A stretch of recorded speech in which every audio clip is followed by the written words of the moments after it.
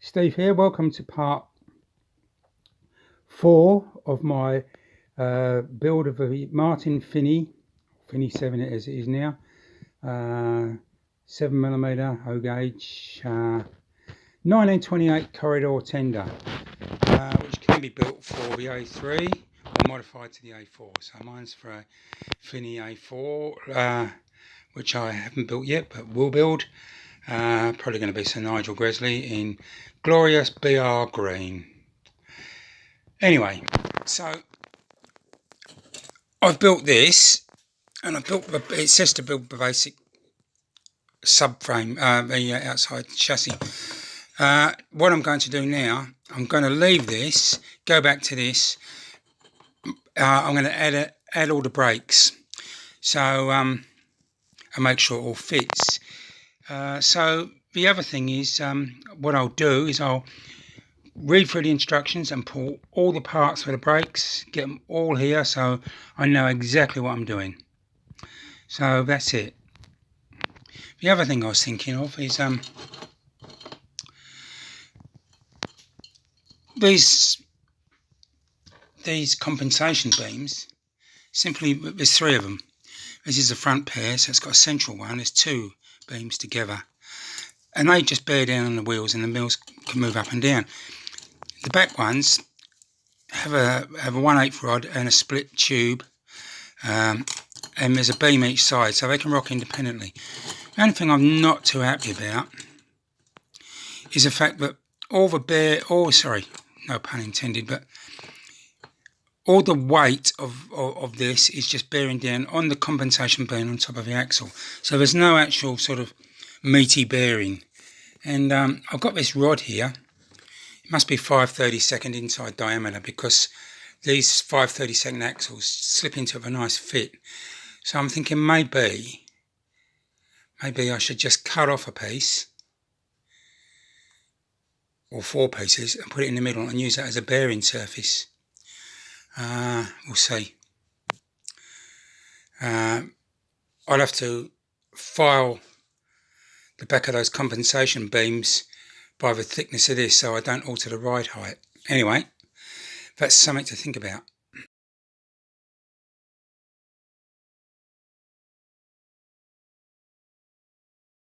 Well, what can I say? I started on the brakes, following the instructions. I'll show you what I've done so far. I put these cross shafts in, they're soldered in. You can make them as stubs, but I like going straight across, because that way there's a bit more strength. If you do that, you've got to file down the top of these compensation beams, because they just foul it. You can see where I've cut one down there. I just use a Dremel on one of those grinding discs. You only have to take 1mm off. So I've done that. The cross shafts are in. The other thing I've done, I've got some brake shoes on. There's 3 different types of brake shoes. The first one, it's got 2 holes in the bottom. The second one is different, but 3 and 4, axles 3 and 4 are the same. Now these are laminates, so you've got to make sure these are right. They're handed, so you've got to take a bit of care. So what I'm going to do is I'm going to solder. Well, I've got some solder paste. So I'm just going to put that on and then heat it up and join them together. Be a lot easier. I'm actually bought haven't got it yet. I bought a resistance soldering unit, so that will make life a bit easier. The other things I've done, these are laminates. I've joined those together, same sort of deal. I've cut that out. These are laminates too. So I've got all the parts cut out. It's just assembling it now. Well, I've made up 2 of these brakes already. I've got 2 more to go. I've got 2 parts here. So what I'll do, they almost fit in there now, haven't they? Oh, so what I've got to do first, these have got a little like I suppose it's supposed to be like a bolt. So I use one of these, like a guillotine. You just drop it. But sometimes I think it doesn't work as well as I'd like it to. So what I do is I hold it like this. I've got a hammer. Oh, if I had a hammer, and I just give it a little, nothing too violent, I shall punch a damn hole right through it.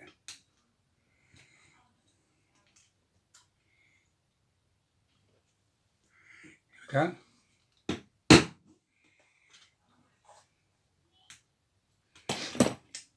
I'll wiggle these bits off, because once they're together, I'll file them back anyway. Come on. Tell you what, this is the most complicated kit I've done. And it's complicated by virtue of the fact that it's got so many bells and whistles on it. In fact, with this kit, even the bells and whistles have got bells and whistles on them. I'm probably going to find that the brake vacuum pipe is hollow. And it works. No, I jest about that. I jest. So I put a bit of solder paste on that. Then, this is my sacrificial lamb, this. So I put pins through, because it just, this will be a lot easier. I've actually just bought I haven't got it yet. I've just bought a resistance soldering unit.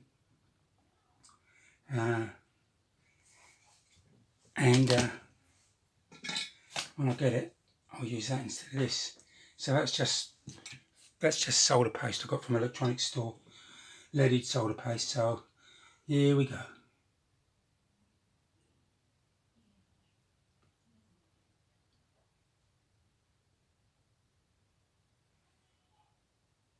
You can't see, there's a bit of smoke coming off of that.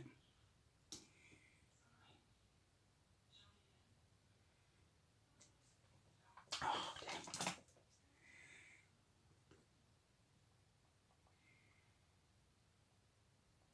And the smoke is not, well, it could be the wood burning, but hopefully it's the solder melting.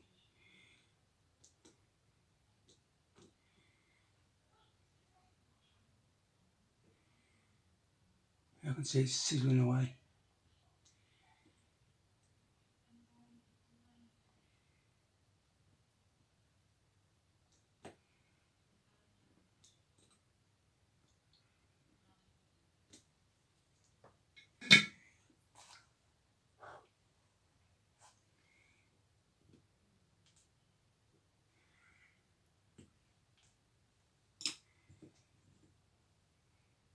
Ow, ow, ow, ow, ow.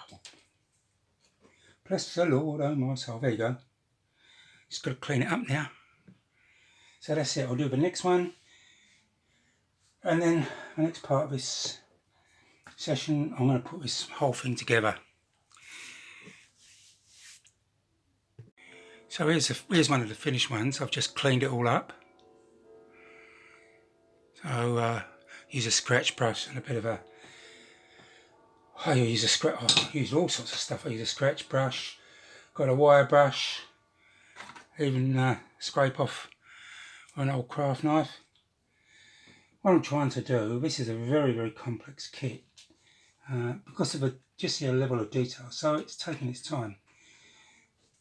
I'm trying to be, I suppose I'm aiming towards being professional, you know, taking my time, getting it right. Am I professional? Well, maybe my attitude is, but that's all you can do, try your best. Yeah, so that's it. So please subscribe and click the bell icon if you want updates. In the link below, in my I'll put the link below to Fini 7 in the description if you're interested in Fini 7 kits. I mean, they are really good kits. I've just never done, I've never just done this amount of detail on them before, so it's quite amazing. Anyway, thanks for watching.